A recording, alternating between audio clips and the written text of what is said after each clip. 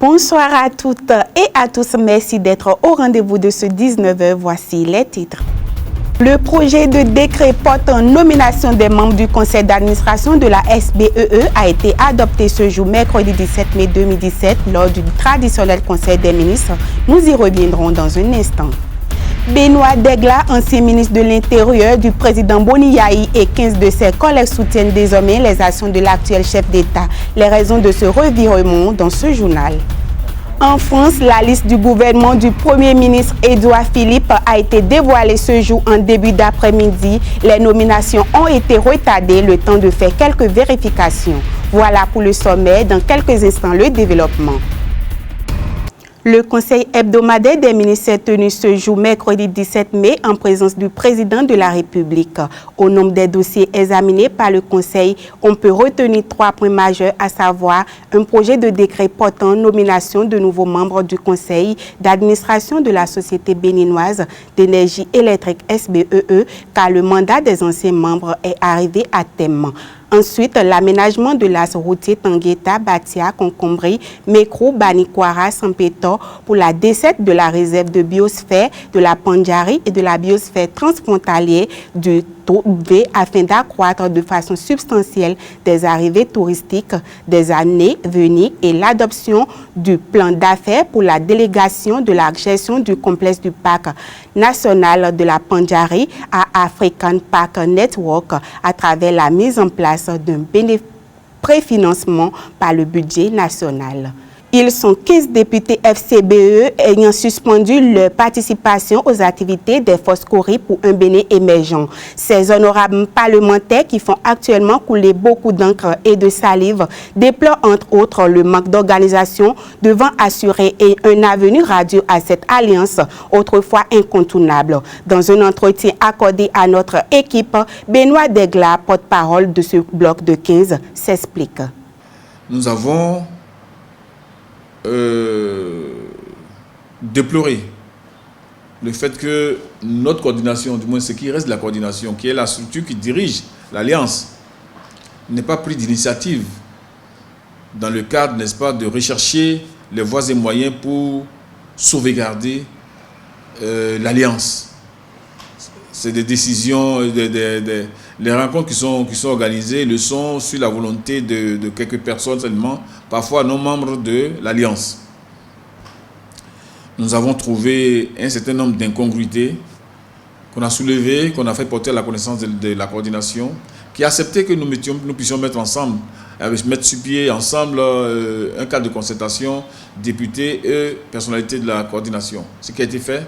Malheureusement, ça n'a pas marché, ça n'a pas duré longtemps, puisque nous avons été surpris de constater que notre alliance, à laquelle nous faisons partie, nous députés, en tant qu'acteurs principaux de cette alliance, avons été mis devant le fait accompli en constatant que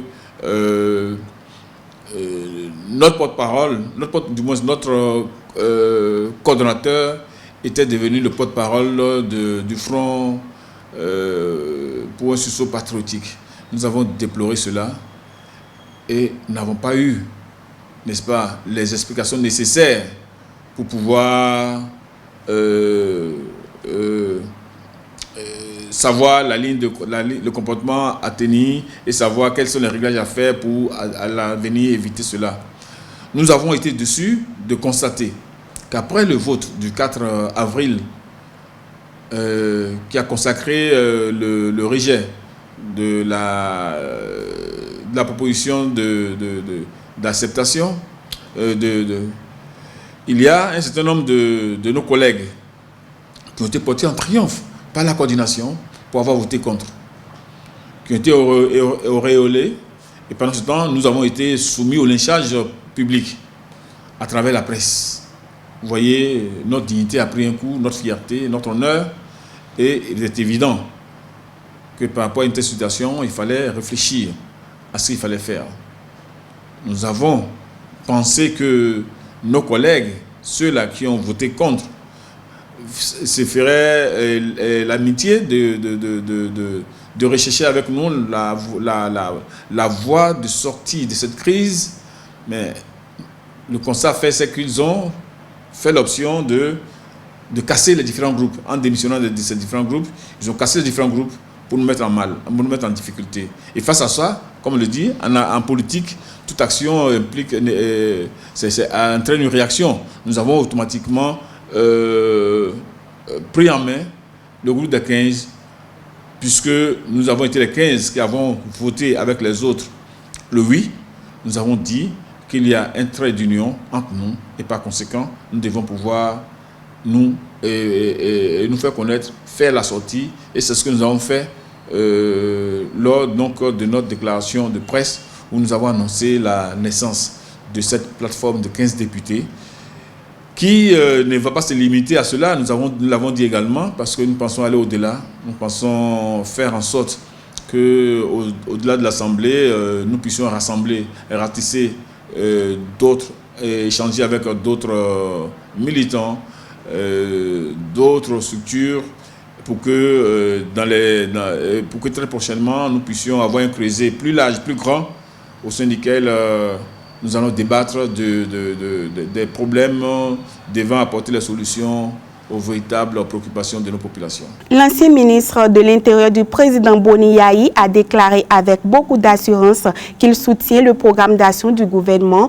de la rupture pour le bien de notre pays. Il rappelle par ailleurs qu'après un an de patience et ne voyant pas un signal fort du côté des FCBE, ses collègues et lui ont décidé de prendre leur destin en main. Benoît Degla. L'alliance FCBE est née avec l'arrivée au pouvoir du président Boni Yayi. Et cette alliance s'est marquée par les victoires engrangées pendant les 10 ans. Nous avons remporté tous les combats politiques. Alors, nous avons, après les dernières élections présidentielles, nous avons connu une situation qui a commencé par égratigner, du moins à déstabiliser l'alliance. Déjà avec les législatives, où nous n'avons pas pu obtenir le perchoir, et lorsque les présidentielles sont arrivées, une cause majeure a été l'arrivée, la désignation du président, enfin de M. Léonard Zinsou comme candidat de l'Alliance. Vous savez, ça a donné lieu à une débandade. Les militants FCBE ont commencé par être déboussolés et des failles ont commencé par se faire sentir au niveau de l'Alliance. Ça veut dire quoi? Ça veut dire qu'après cette défaite, ces deux défaites du moins, nous devrions nous retrouver pour pouvoir faire des bilans et nous projeter dans l'avenir. Ce qui malheureusement n'a pas été fait. Au lendemain de la victoire du président Patrice Talon, de 41, nous sommes passés à 29 députés. Et pendant plus d'un an, nous avons tenté vainement de maintenir cette cohésion, de maintenir ce groupe, en nous disant toujours que c'est ensemble que nous devrions être plus forts. Nous avons été jusqu'à définir notre ligne de conduite à grand propos qui consistait à être avec le président Talon chaque fois que les actions posées seraient positives et que nous devrions les combattre si elles ne l'étaient pas. Le mot employé est très clair. Nous avons dit que nous suspendons notre participation. Nous suspendons notre participation pour mauvaise gouvernance au sein de la coordination, mais et qu'en même temps, nous maintenons ouverts les négociations en vue d'un recadrage, en vue de la mise en place d'un nouveau cercle politique où les priorités seront le développement de notre population, parce que c'est ce qui motive notre soutien au programme d'action du gouvernement, dans lequel figurent des actions qui seront menées pour satisfaire au bien-être de nos populations, pour satisfaire aux attentes de ces populations qui attendent longtemps que le panier de la ménagère s'améliore, cette population qui attend que ses enfants aient du boulot, que cette population qui attend des centres de santé, qui attend les routes, etc., etc. Le mot d'ordre des travailleurs de l'aéroport a été suspendu. Des dispositions adéquates sont prises par le gouvernement pour une maîtrise de cette situation. Les travailleurs de la délégation aux activités aéronautiques nationales du Bénin font désormais confiance au président Patrice Talon. Reportage. Le ministre des Transports, Hervé Héroumé, avait indiqué que le trafic aérien ne sera pas perturbé ce jour. C'est ce qu'a relayé les quotidiens parus ce jour. Et comme prévu, la grève des travailleurs de l'aéroport Cardinal Bernardin Ganti, prévue pour une durée de 48 heures, à compter de ce jour, a été suspendue pour diverses raisons, notamment la médiation enclenchée par le directeur de cabinet du ministre du Travail et des Affaires sociales. La négociation a été ouverte avec le ministère du Travail également et la direction générale de la SECNA qui s'est impliquée pour nous demander quand même de patienter, de garder raison pour qu'elle puisse rentrer véritablement dans le système avec nous. Donc les négociations sont ouvertes, les négociations sont en cours et puisque nous ne voulons pas déjà utiliser l'arme ultime, puisqu'il y a négociation, nous continuons les négociations avec les autorités pour quand même trouver un point d'accord. Les travailleurs restent désormais confiants, mais mettent en garde le ministre des Infrastructures et des Transports suite à ces manœuvres dites dictatoriales. Un message à l'endroit des travailleurs pour leur dire de faire confiance, de rester mobilisés et que seule la lutte paye. Et l'autre message, c'est à l'endroit du gouvernement, pour dire au gouvernement de ne pas se presser, de ne pas aller dans la précipitation. Parce que nous avons vu des pays quitter la SECNA, prendre leurs activités aéronautiques nationales, mais quelques temps après, ils cherchent encore à revenir parce qu'ils n'ont pas eu le temps de mûrir ce qu'ils veulent mettre en place. Donc nous ne souhaitons pas que cela puisse arriver au Bénin. C'est pour cela que nous demandons au gouvernement de vraiment écouter tout le monde pour asseoir quelque chose de bien, de définitif, qui puisse arranger à la fois le pays et les travailleurs. Rappelons que cette motion de grève a été prise suite à la violation par le gouvernement du respect de la procédure par la mise en concession de l'aéroport international Cardinal Bernardin Ganti de Cotonou.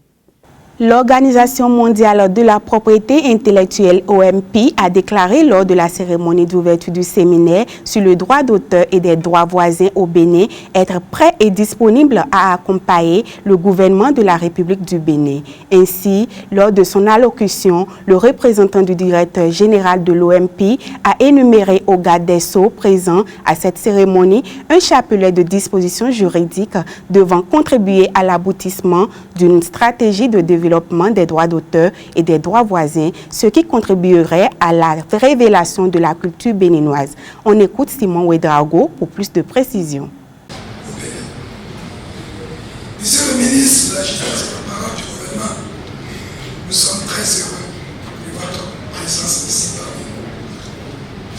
Car les bénéfices de ce système, pour nous, à notre pays, sont peut-être de 4, mais au Bénin, ça peut être au-delà. Premièrement, la mise en application efficace de la législation, monsieur le ministre de la Justice, vous êtes le ministre de la législation. Cette mise en application efficace assure aux créateurs leur survie économique et artistique. Le ventre vide ne crée pas. Deuxièmement, le patrimoine national, culturel, devient renforcé et enrichi. Troisièmement, un nombre important d'emplois sont créés dans les sociétés et les entreprises qui commercialisent et gèrent les produits culturels dans le marché. Quatrièmement, ces produits culturels circulent dans le marché et surtout dans un marché aussi intégré qu'en Afrique de l'Ouest, à travers des organisations comme l'UEMOA ou la CEDEAO. Il nous paraît donc, j'allais dire clairement, que selon les objectifs de l'OMPI, chaque pays devrait se doter non seulement d'une législation, mais aussi devrait surtout favoriser l'émergence d'une industrie culturelle nationale dont l'éclosion se fonde sur la protection juridique et l'exploitation économique. Monsieur le ministre du Tourisme et de la Culture, Monsieur le ministre de l'Industrie, nous sommes persuadés que les éminents orateurs qui ont accepté de répondre à l'invitation de l'OMPI nous donneront aussi l'occasion d'approfondir votre réflexion sur les enjeux, les défis et les perspectives qui s'ouvrent aux créateurs béninois au travers de cette réunion. Nous espérons que cette réunion va permettre de poser les jalons d'une réflexion nationale pouvant aboutir à terme à l'élaboration d'une stratégie de développement du droit d'auteur et des droits voisins dans votre pays.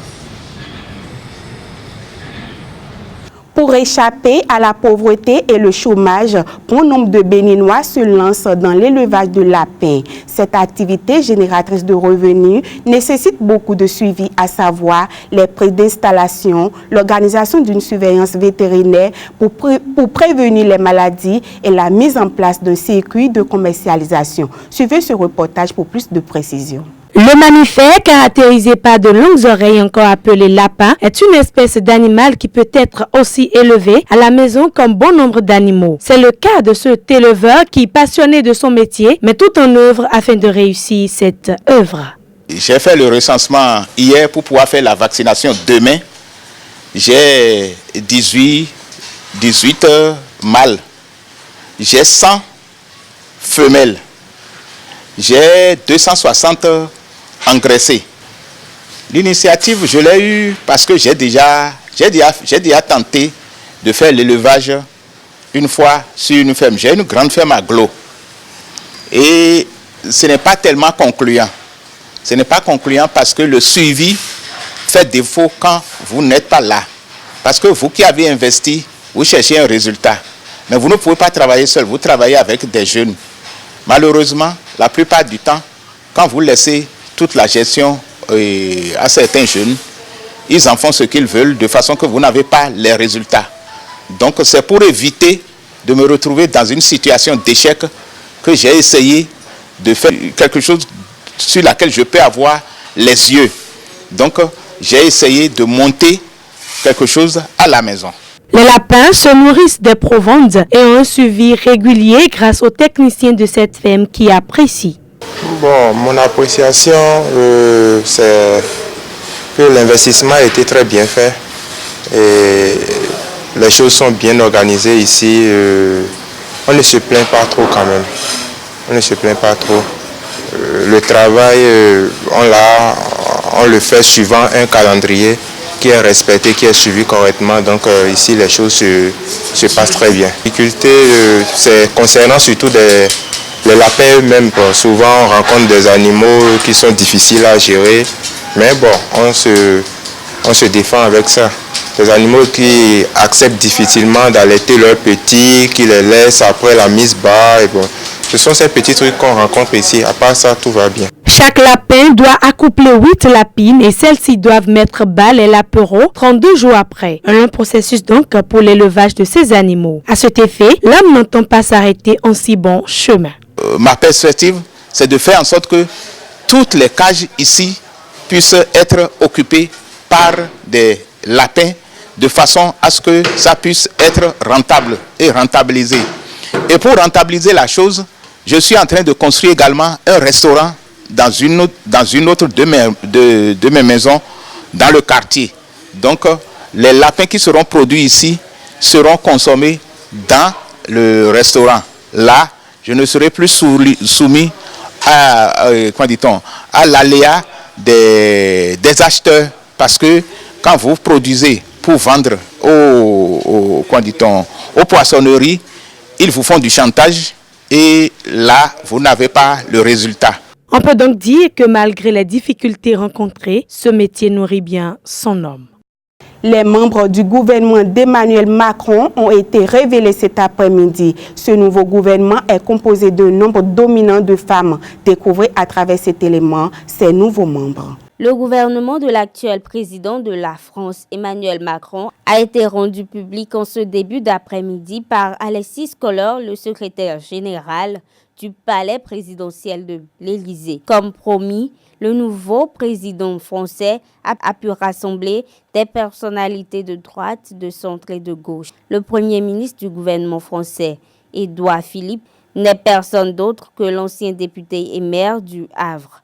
Ce même qui a apporté son soutien indéfectible à Alain Juppé jusqu'alors devra diriger le peuple français aux côtés de Macron. Les autres membres du gouvernement sont le ministre d'État de l'Intérieur Gérard Collomb, le ministre d'État de la Justice et Garde des Sceaux François Bayrou, le ministre d'État de la Transition écologique et solidaire Nicolas Hulot, la ministre des Armées Sylvie Goulard, la ministre des Affaires européennes, Marielle Sarnez, Bruno Le Maire, ministre de l'économie.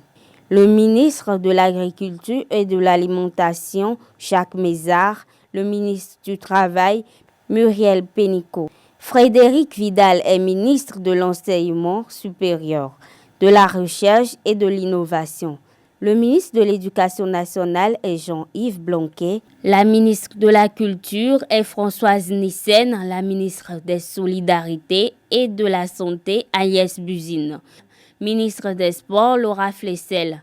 Ministre de la Cohésion des Territoires Richard Ferrand, Annick Girondin est ministre des Outre-mer. La ministre des Transports est Elisabeth Borne et le ministre de l'Action et des Comptes publics est Gérald Darmanin. Et la suite de la liste comprend les secrétaires d'État.